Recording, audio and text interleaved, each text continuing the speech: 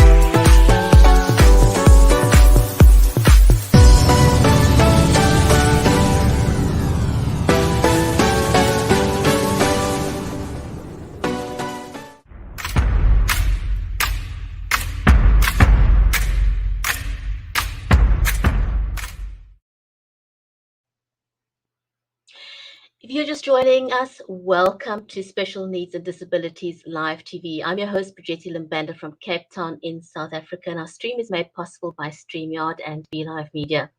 A special warm welcome to you, our audience, because this is an audience-centric show.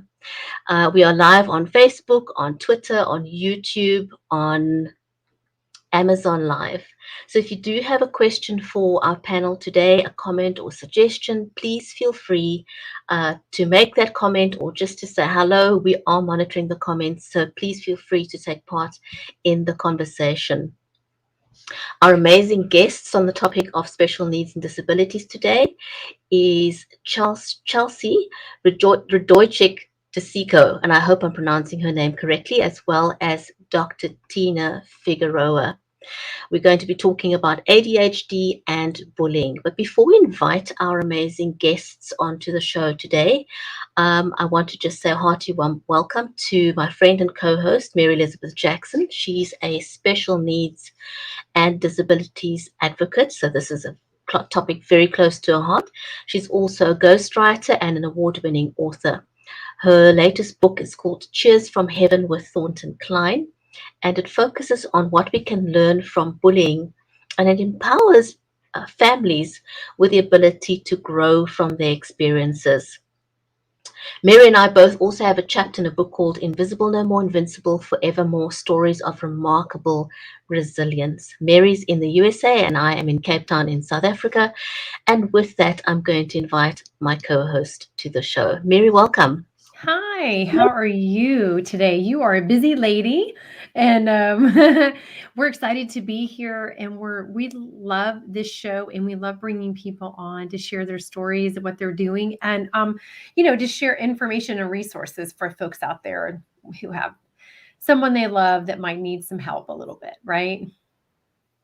Absolutely, absolutely. And if we can just help one person or one family, then I think our job is done because every little bit helps. If we've just helped one Yes, person or one family, we've done a great job. yes, Uh, absolutely.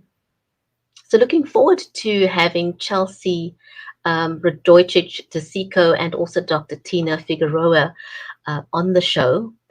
But I'm also all about empowering people and helping them to level up.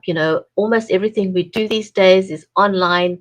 And so I also like empowering people to level up. And to do that, I use a Logitech Brio camera because you want to look good on camera.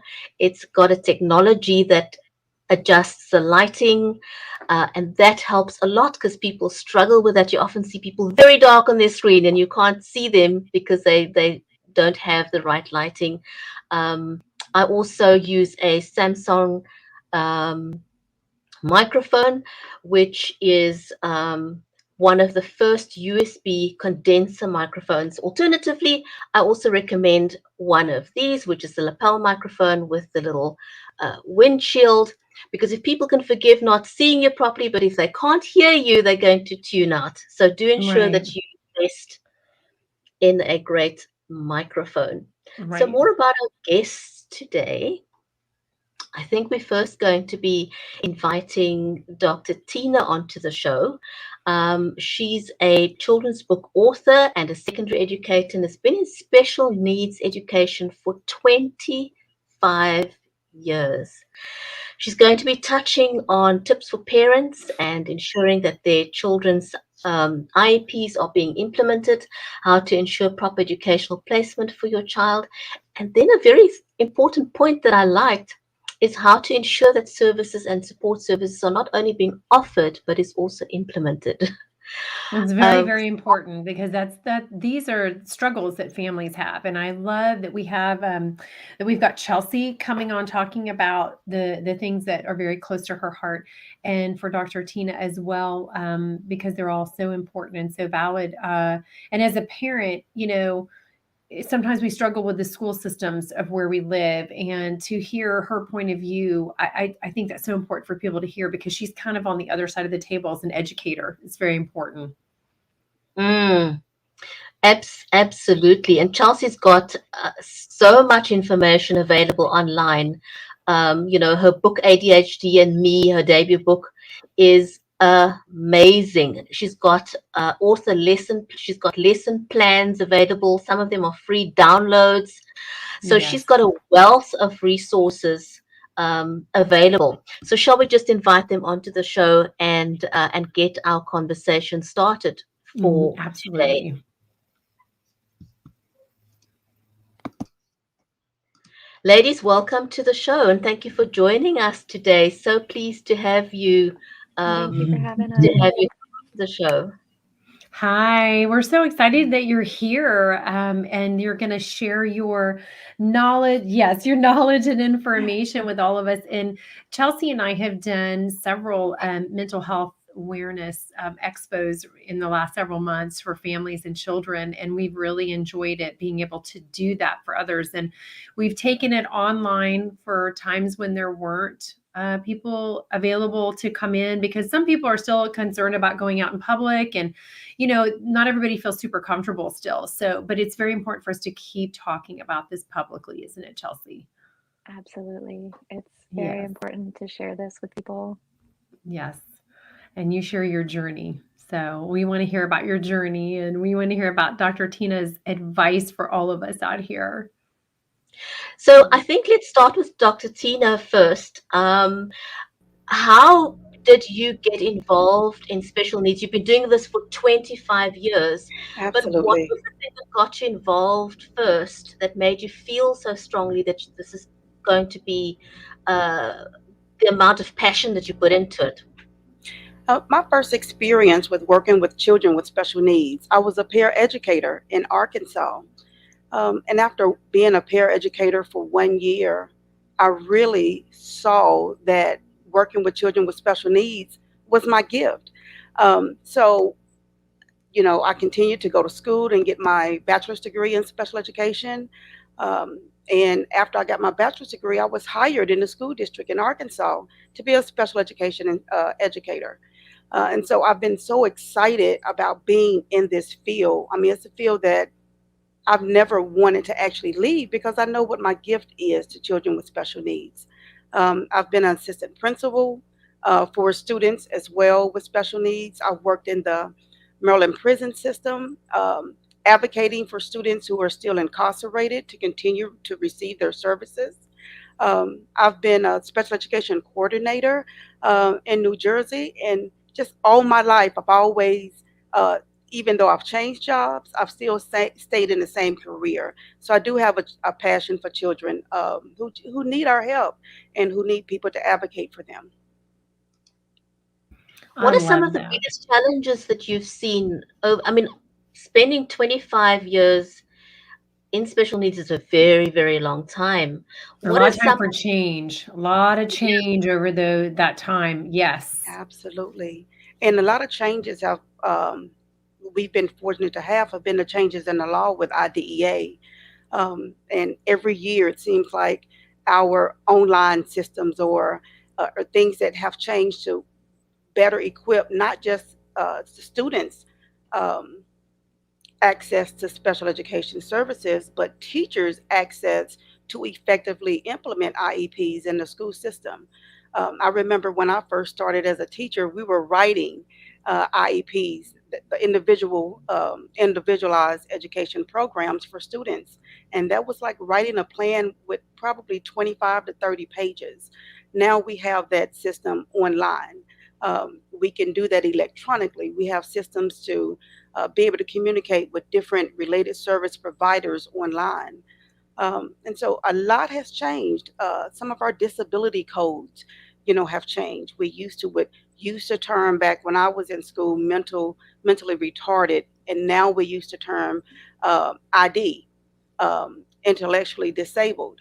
And so I'm excited that I'm a part of implementing a lot of the change that has happened in our local school systems, statewide and federal wise, especially as it relates to the laws changing for children with special needs.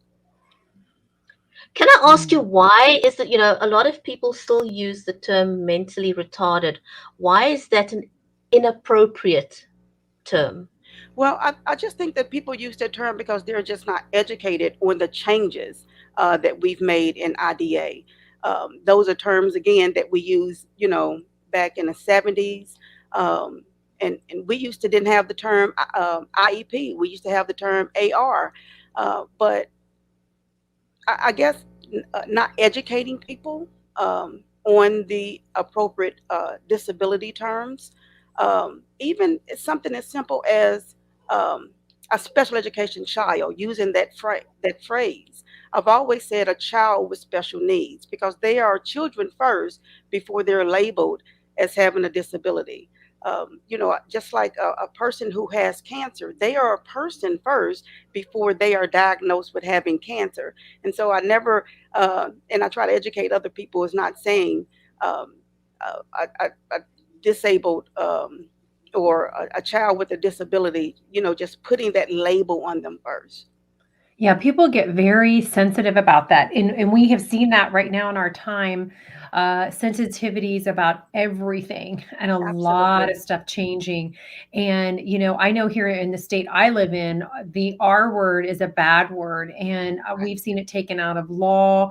We've seen it taken out of policies and programs, and definitely replaced with ID. And, and even the change of, instead of saying disabilities, the D is lowercase, the A is capitalized, so that it's just differently abled and challenged. I know Brigetti and I talk about this, and we've used those terms. And it is about education, and helping. I guess it's more empowered terms would be a better way to look at it. Wouldn't you agree? Absolutely, absolutely, I do. And then you have to not just be an educator of children, you have to be an educator of adults too, and be Mhm. able to teach educators that went to school back in the 70s or 80s and they're still educators today. It's our responsibility to educate adults as well, what the new terms are, what the new laws are, and hold everybody accountable for that. Right. Absolutely. And what do you have? If you could tell parents that are watching, what is the one thing you think is so important for them to know about preparing for an IEP meeting, or, approaching that, and that is an individualized education program for, anyone who's watching that doesn't know what an IEP means. But, if you're preparing for that meeting, because there is a lot of preparation that you have to do, especially if your child has a lot of diagnoses, excuse me. Can you give us some, I guess, some good tips for that, for families, caregivers, whoever is the one dealing with the child that needs the services? Absolutely, because we don't just have the biological parents who are attending meetings. We have grandparents, we have uncles, aunts, people who are ward of the state who attended the meetings. But my advice to parents would be really familiar with your parental safeguards. Your parental safeguards are your rights as a parent. They're your rights that are due to you for your child. Be familiar with your child's IEP and know what is in it. Be familiar with the staff who are implementing those goals and objectives at the school. Create that bond with the school staff. I think when you create that bond with the school staff, they're more apt to work with you, notify you when something is not right. But just be familiar with your procedure safeguards as a parent. I think that's a very important point. And so I want to move on to how can parents ensure appropriate educational placement for their child? A lot of parents, when they come to the table, they really don't know what it is that they want the school to provide for them. Of course, the school can provide numerous of support services to their child as far as social work services, speech, language, occupational therapy, physical therapy. And a lot of parents, they access this outside of the school. But it's really important that you ask for those services if you think that your child needs those services in school. Going through COVID, we went from being in person to virtual. A lot of our children, we're going to talk about ADHD with Miss Chelsea, but a lot of our children didn't do well during COVID, uh, transitioning from that right in front of a teacher to going online with having that disability of ADHD. But just make sure that you know what the services are, that you are communicating with your case managers who are over the IEP, ensuring that they're implemented and that they can show you, prove that this service is being provided at the school. Right now, I know across the U.S. we have been short-staffed, not just teachers, but related service providers as well. And so, if your child's speech therapist or occupational therapist or physical therapist is not providing those services right now due to teacher shortages, then how is that school going to make those services up to you when we are back in full throttle with providing services? Because you do have a right to compensatory services when those services are resumed in your school district. And again, that goes back to knowing your parental rights as a parent. It may be in their IEP. If the services are not being provided, then the school by law has they are supposed to make those services up. And you're supposed to know when and how those services will be provided. And those are good points, very valid right now because education, special education is so challenging. It's challenging on so many levels that a lot of people don't really even realize. And part of that is the hiring of people, the training of people, the providing of those services that kids need.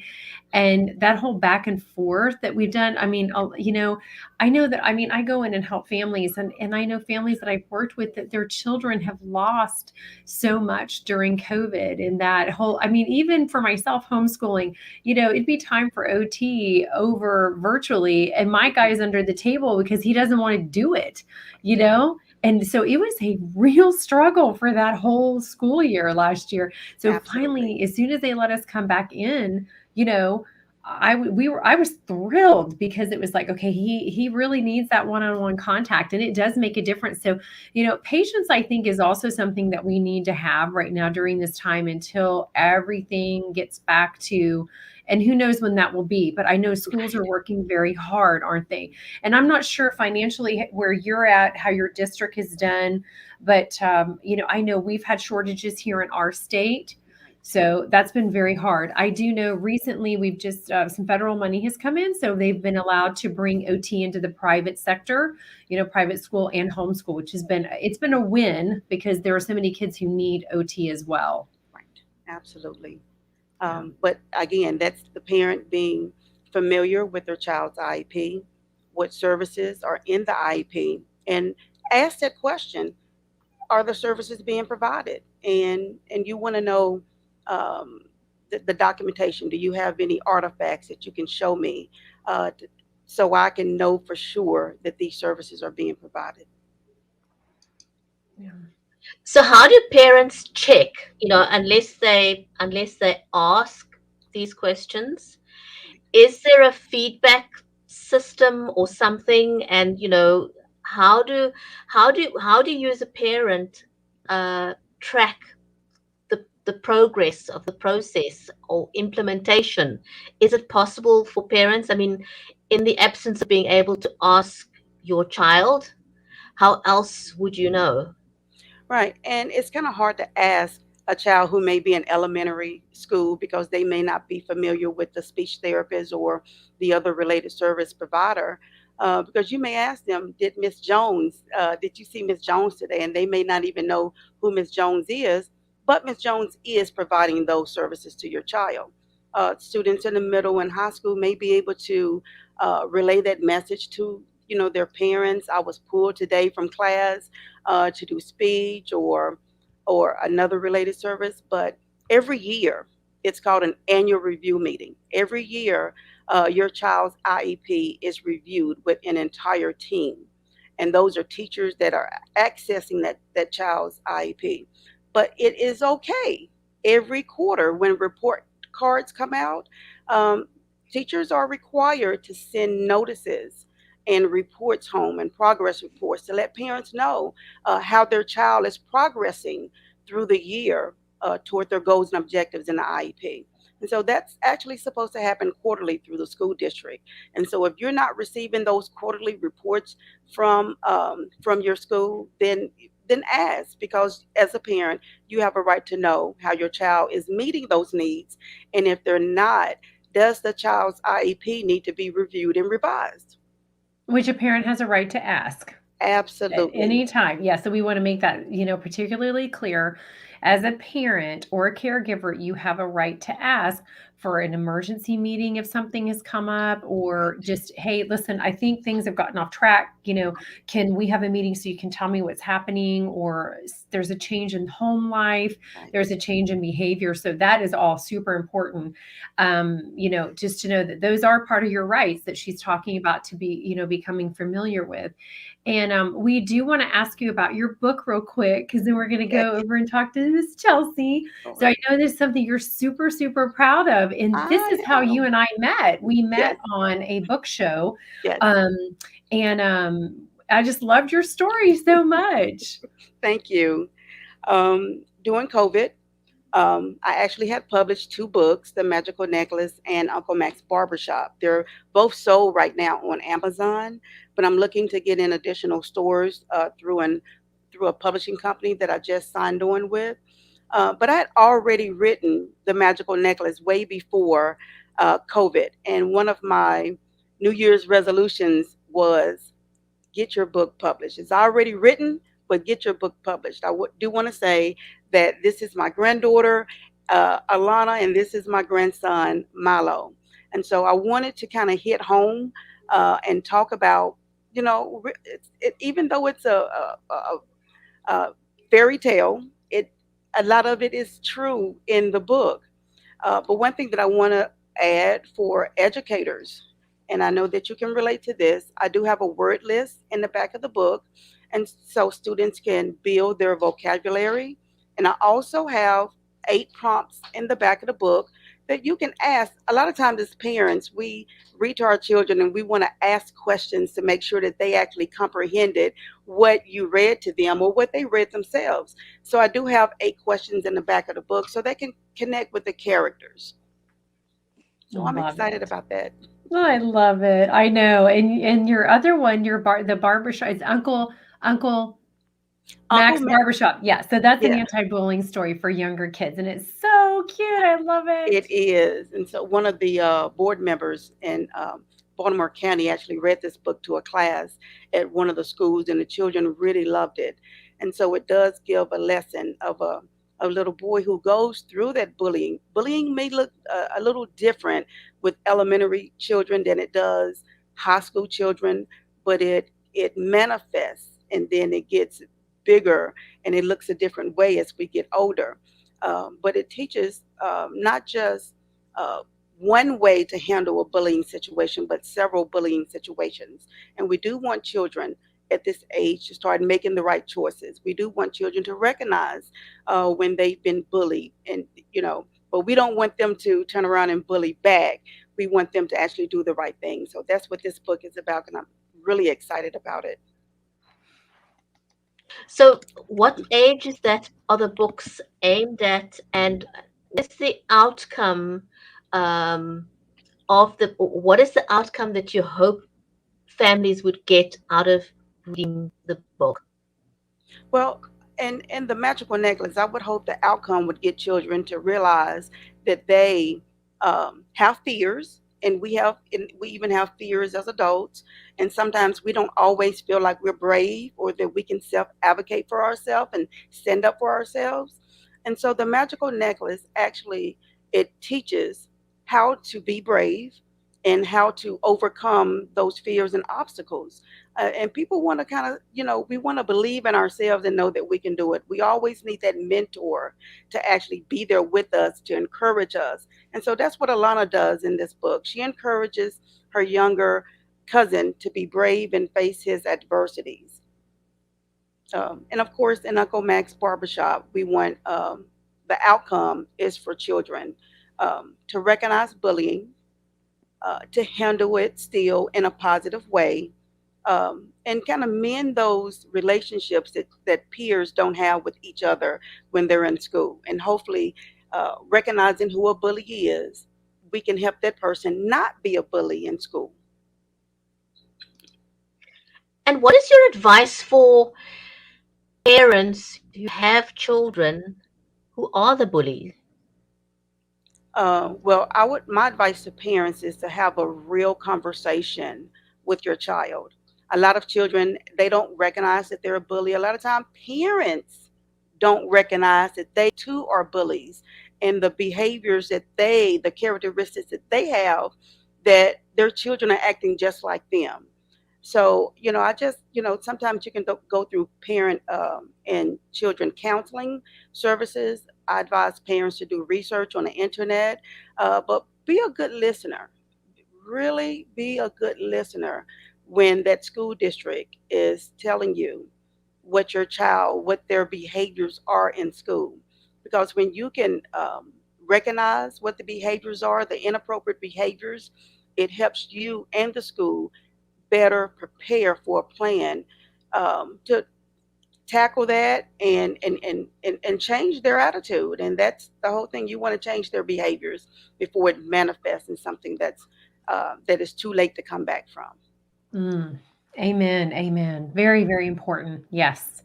Very important. We got to, yeah. Ownership. Absolutely. And again, I've worked in the public school system. I worked in the charter schools, but I've also worked in the prison system. And we definitely don't want our children's bullying to manifest into criminal behavior, and they end up in a criminal justice system. So that we want to catch it at an early age. Yeah. Very good advice. Very good advice. Thank you so much, Dr. Tina. Thank Yeah. you. Thank Thank you you for for the inviting practical me. advice. It's an absolute, absolute pleasure.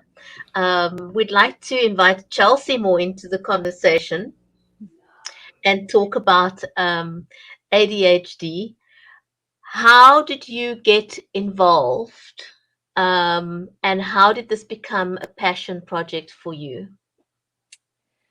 So, I have been writing since I was 5 years old, and I was diagnosed with ADHD when I was 5 years old. And so, this was something that I felt very passionately about. Um, like you guys have been talking about, there have been so many changes over the years. I remember when I was 5 years old, things were so much different in the school system. People did not really understand ADHD as much. It was thought to be more of something that just boys had. People didn't really understand how it affected a child other than them just having a lot of energy. But really, it's something that impacts more than just their focus and ability to sit still, which make school a very hard place for kids to be with that. But more than 60% of children who are diagnosed with ADHD actually have other mental problems, things like depression, social anxiety, insomnia, low self esteem.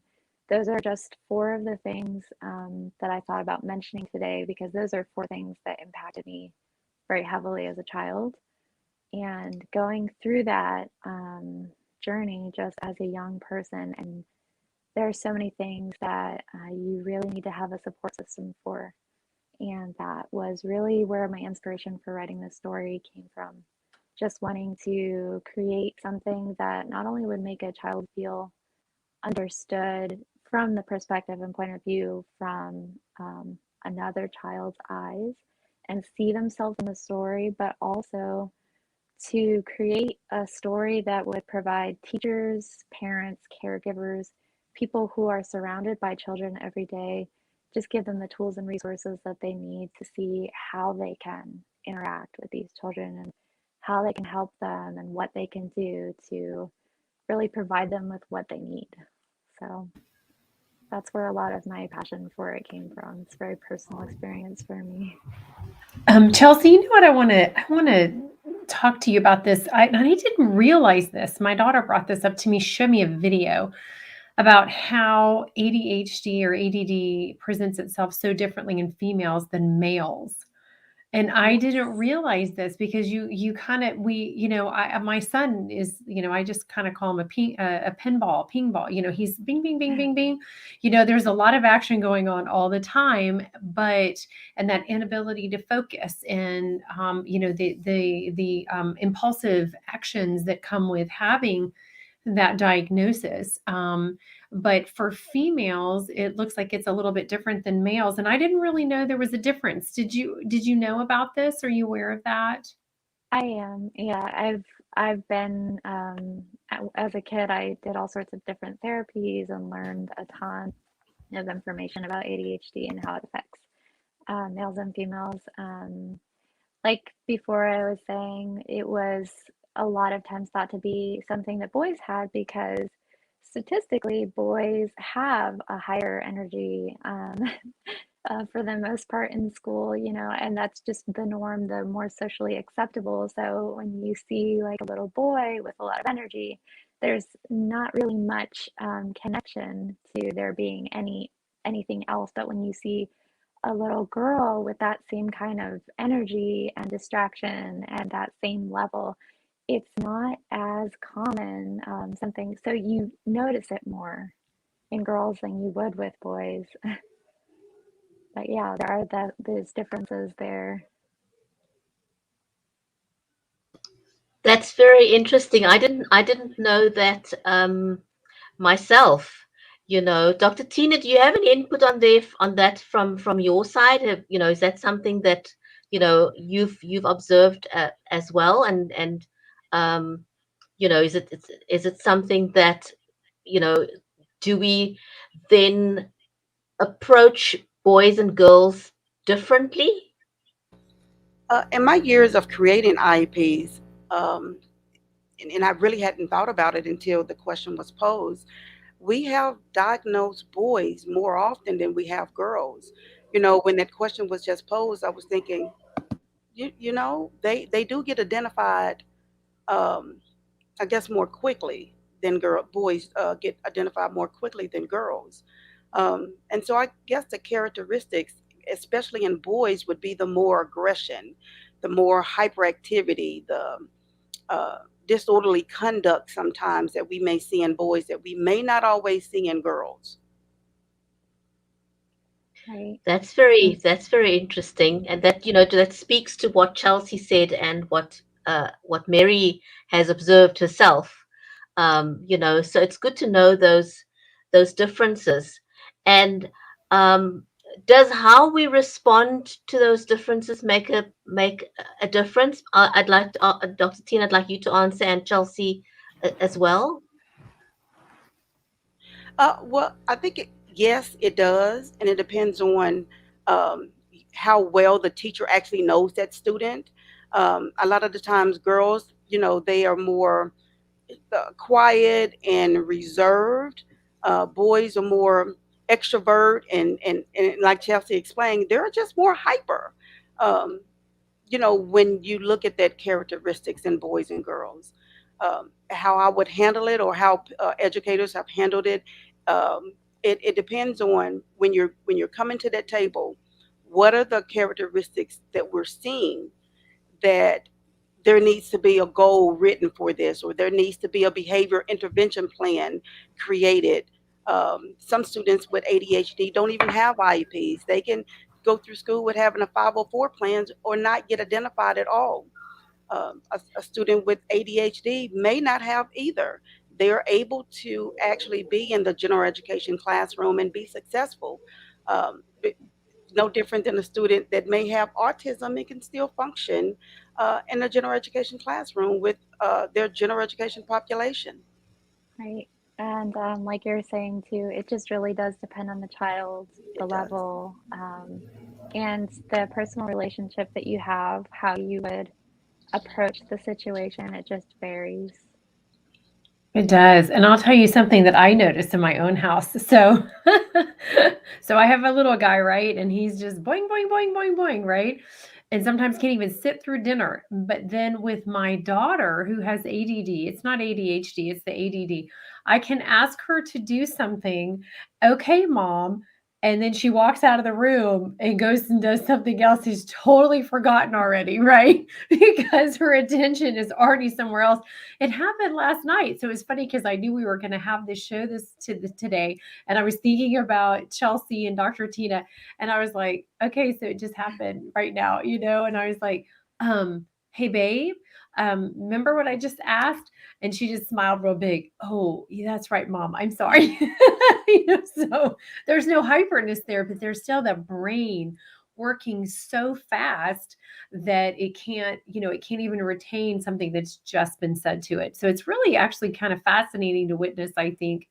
Frustrating as a parent, but in a teacher, but very fascinating to witness. And the other thing, and both of you ladies can let us know, but Chelsea, did your parents try different diets with you, or taking, different things out of your diet, or adding certain things in, or supplements, things that you could see? I mean, because we know there's medication out there, but there are a lot of folks, I think, who try the diet thing. I know that, one of my kids could never eat green jello because it would make her bounce off the walls. I was like, yeah, that's not going to be in her diet ever. So, Chelsea, how was that for you growing up? Or even now, can you tell a difference? So I have heard the correlation as I've gotten older in years about how dieting plays a huge part, and I really had no idea about that when I was small. Like I said, we really didn't have as much information as we do today, but I know that we did try different therapy treatments and different medications, which I actually touch on a little bit in my book about how some worked and some didn't, and just kind of like trying to find the right rhythm. I know that that's like such a hard decision for families to make. Some people are very against medications, and then some people are very for medications. So it's just there's so many options, and I wanted to be able to highlight that in the story for families who are going through it. You, I think you touched on a very, very important consideration there when it comes to, do you medicate, don't you medicate, and when is the right time to medicate? Dr. Tina, can I Yeah. pull you into that question? Yes, ma'am. Um, I don't have any children with disabilities, but I've worked all my life with children with disabilities, and after college. But I've learned that parents really don't like to medicate their children. And as a parent, they have that right. I'm a parent myself, and I have that right not to medicate. And we spoke about changing your diet. I know a lot of children who have been taking medication, it causes them not to eat at all. And so, you have high schoolers that are extremely hyper at school, and then they're not eating breakfast, they're not eating lunch, and it may be the result of the medication that they're taking. But it is the responsibility of the school district when you have that child in your classroom who is identified as ADHD to come up with interventions and strategies to use in the classroom when they do or when they are a little bit hyper today than they were yesterday. One thing that we've done is chunking of the lesson, breaking it down in smaller chunks. Ms. Jackson, I heard you say that you told your daughter to do something, and by the time she got to the next room, she had already forgotten. I, I do that myself. So that may or may not be the result of ADD, I do too. or I'm ADD or Alzheimer's one, but I know, right? even adults will Right. forget from the time they go from one room to another room. Well, what did I come in this room for? But it is teachers have interventions and strategies to use in the classroom to keep their little hands busy, and it's not just with the spinner. We use a lot of the online instructional strategies that are research based. A lot of our For math, we may use Mathia. For reading, we may use Achieve 3000 or Reading Plus. But that's to keep them engaged. Students today, and not just because it was COVID, they want to be on the computers, and so that does help when you can keep their little hands and brains occupied with educational programs in school as well as at home for parents.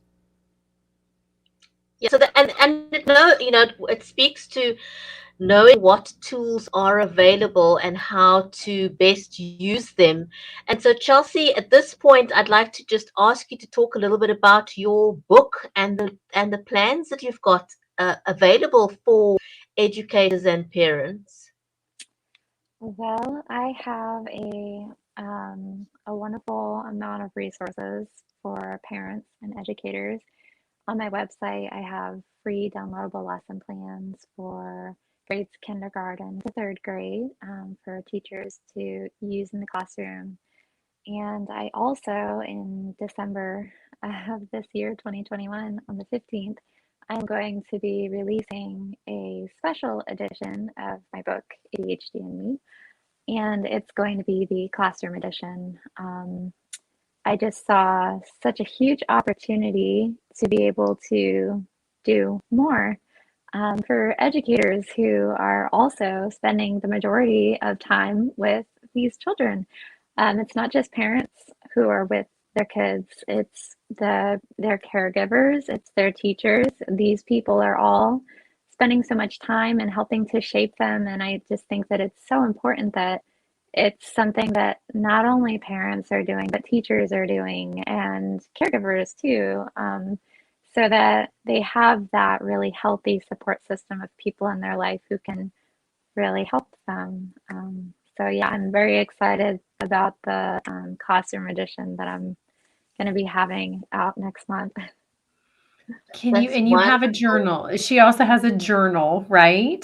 Mhm. That's Yeah, she has a journal as well that is part of what I have her journal that's part of Perfect. her ADHD and Me, and it's really sweet. And you also have, I don't know if you have it there with you, but you also have a little booklet. Do you have your little pocket thing do you have one I near you? actually don't have one on Okay. me. I think they're Okay. tucked Oh, away somewhere, but there's your yeah, I book. do. The little cute little pocket lesson Yeah. plans that I have. I Yes. actually bring those with me whenever I do a book event with Mary. And I will set them on the table for any educators who come in and would like to have something for their classroom to go along with the story. But there, like, even at the end of the book, there are tools, and there's actually a letter addressed to parents and educators here. I do have the Aha. book on me. Let me put you on full screen there so you can show that up. Wonderful. So this is Wow. specifically for, oops, this page for teachers and parents, caregivers, and it's just a note in here, personalized for me, that talks about different ways that you can help create healthy outlets and open up communication, encourage your children and boost their self-esteem, and create those healthy support systems. So what I'd like to ask is, what are the things that extended family members, friends, and classmates can say that would trigger students that we would want, because I'd like to make this we want to keep this educational. So what are the things that we can say that are wrong, that'll trigger the wrong response? And I'd like both Chelsea and Dr. Tina to give an answer to that.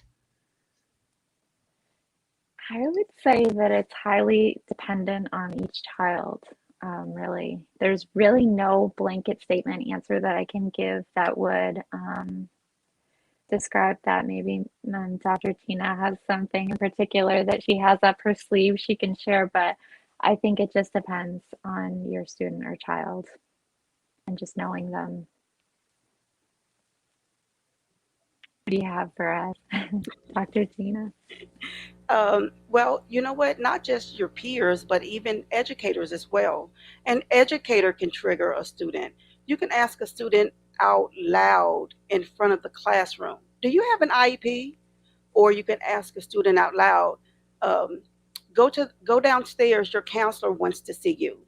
So there are certain things that are confidential um, when it comes to that student's needs that other students shouldn't even know. That other students shouldn't even know that student has an IEP, not through a teacher. So some of the triggers that some students may experience is what they experience from their teachers. Um, but you don't want to ever, as adults, if you're uncle or aunt, especially if you know that that child has a learning disability, to say that they're slow, to say that, well, you just didn't get it or your parents were slow. I mean, you want to always be that mentor and that person that's encouraging them, because some of our most famous people in the world today had a learning disability. But that certainly does not mean that you're not capable of achieving your goals in life.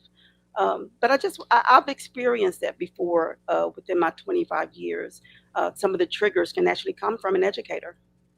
That's really good. That's very good. Yeah. And also, if you have a classmate who needs has maybe a sensory box, or maybe they have a special chair they sit in, it's probably a good idea not to touch those things, and it to be a familiar person that gives the child those things that they need. Somebody unfamiliar can trigger an episode with a child. I have witnessed it.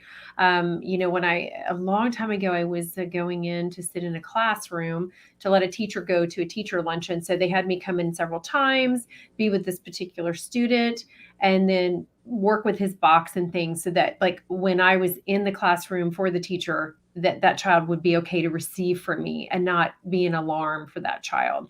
So there are a lot of things that can trigger, usually children who are on the spectrum and things are very, it's black and white. For them, there is no gray area.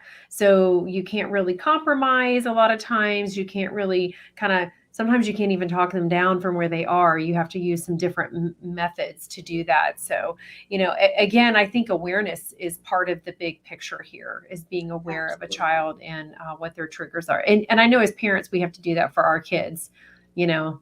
Right. And awareness is really important because not just a teacher or the related service provider needs to know what this child's disability is, but also you could have security staff in your school, the janitors. Those people need to be aware how to handle and how to communicate with that child with a disability, because they could say something as simple that would trigger a student that it would take mom to come to the school to, to calm them down. And I like what you said too about not singling out or sharing confidential information. Now that I think about it, there were a lot of instances when I was younger where those things really impacted me. Being called out in front of other people was humiliating and kind of really hurt my self-esteem and made me kind of want to close up. So yes, that is a really, really good one to mention for triggers. Mm. Absolutely. And again, and that goes back to people who are certified with working with children with disabilities to also educate adults. And I want to Yes. say that I commend teachers children who come to their room and they may have a child in their classroom with a physical disability. And that teacher having a conversation, a private conversation with the class to let them know what that physical disability is, what that child needs from their peers, and so they become helpers instead of children who may bully that person with that physical disability. So I commend our teachers who are educating the young children on how to be helpers and support for students with physical disabilities as well. They are very mindful at my son's school about that. Very mindful, and I really like that. I witnessed that a couple weeks ago when I was there subbing, and something happened at the table in the lunchroom, and I heard one of the teachers say, "Hey, we look out for each other here. You need to help the girls." You know, Absolutely. because he's got a couple of girls in his classroom that have challenge. You know, they have a little challenge, and so they really encourage the boys to be very compassionate, and I think that is just a priceless thing that you can teach a child is compassion. I think all children should be in school with somebody who is different, that they have to learn to accept those differences and go, hey, come on, you're cool, let's go. Or here, let me help you, you know, because children tend to run on the side of being selfish, right? We used to be kids and we had to outgrow that. And sometimes adults are still that way. But if we can teach our kids compassion from the very beginning, I'm talking preschool, kindergarten, the elementary years, then it's already ingrained in them to naturally be that way. It's very Absolutely. empowering, isn't it? Absolutely. Absolutely. Yes. I Yeah. have Dr. a Tina, Barbie you also doll. touched on, Barbie made a Barbie doll in a wheelchair. I Yeah. love it. I have Yeah. it sitting on my desk at work. I love it. wonderful. Dr. Tina, you touched on something that I also feel very strongly about is that, people tend to have a lot more compassion when they see somebody that has a physical disability, but they lack that same level of compassion for an invisible disability. Mhm. Absolutely. I think there's still so much education that has to go on around that. I also wanted to ask you very quickly with regards to ADHD and ADD, um, in a non-verbal child that has ADHD or ADD, does your diagnosis take longer? And is your approach different? Should it be different? Is it different? Well, when you say nonverbal, do you mean that they have communication disorders? So it may be another primary disability, and maybe that ADHD may be a secondary, Correct. right? Um, Absolutely, my approach would be different because I've worked with children with autism before, and they a lot of times may communicate using pictures. And so we have to do a lot of verbalizing for them, a lot of audio or demonstrations and modeling for them than you would somebody who you can actually communicate with. But children who are nonverbal, they communicate by using pictures or uttering or pointing. And so the IEP for that student and the interventions and strategies used in a classroom would look quite different. Very good point. That's a good point that was just brought up, Bridgetti, wasn't it? Coping in life is difficult, period. Right, absolutely. That was my sorority sister, Was Wasita it? Fletcher. A lot of my friends, Dr. Fredonia Beans and Wasita Fletcher, they're here listening now, but they too have all, I don't know if it's a special education thing, but, we stick together and we advocate, we march and we protest together. So they're on here listening as well. And they do have the same amount, if not more, experience in special education than I do. We're grateful. Well, We're thank you so grateful for them much. being here. I was talking talking to myself. Anyways, we're so grateful for everything you do. I know Chelsea is, with having to deal with ADHD, and and there are so many kids who fall through the cracks. And Bridgetti and I both are advocates for those visible disabilities. They are very challenging. So that compassion factor really can come into play to help kids. Oh, okay, so I can't see what's going on with you, but working those facial cues, those social cues are very, very important for a child. And but Chelsea, thank you for being here with us, both you and Dr. Tina today, and sharing with us your passions. I love both you ladies. I think you're just absolutely amazing, and I hope that we can continue this journey of bringing awareness, having conversations, and spreading education far and wide. I think it's very, very important to continue doing this. Absolutely. Thank you for Yes. inviting me. I've really enjoyed being on the show. Mary, thank you so much for inviting me. Oh, you're so Yes, welcome. thank you so much. Well, It's been a Chelsea, I pleasure. love so you. And I love you you and too. Dr. Tina should get together since she's an educator. Maybe she can use Yes. some of what you're Yes. doing, I That'd want be to find out more fantastic. about your stuff. I'm definitely going to purchase your book. Mhm. Okay, I'm definitely going to cool. do that and put it Likewise. on display in my office. Yes. That's Ladies, thank you so much. I just want to give a shout out to everyone who's joined us live today and to those who are going to watch it on the replay. And I just want to pass on a message from one of our viewers on Amazon Live to you. She says, "Thank you, ladies, for just talking about special needs. My 14-year-old is an upper medium level of the ASD with ADHD. Hard out here, just advocating for your child. So grateful just to hear this information." Uh, wonderful. Oh, so it's wonderful to Wonderful. know that, if we've reached people, that we can help them with this sort of information. So thank you so much for your time, Dr. Tina. Chelsea, thank you very, very much. Do any one of you, before we end the show, do any one of you have a final comment that you'd like to make? I don't I know. guess my final comment would be to parents. Again, we're getting back in the swing of things, back in the school district. Make sure that your child's services are being provided in the school district. Again, make that connection, even with the school secretary who knows everybody in the school. Make that connection and that bond with your school personnel.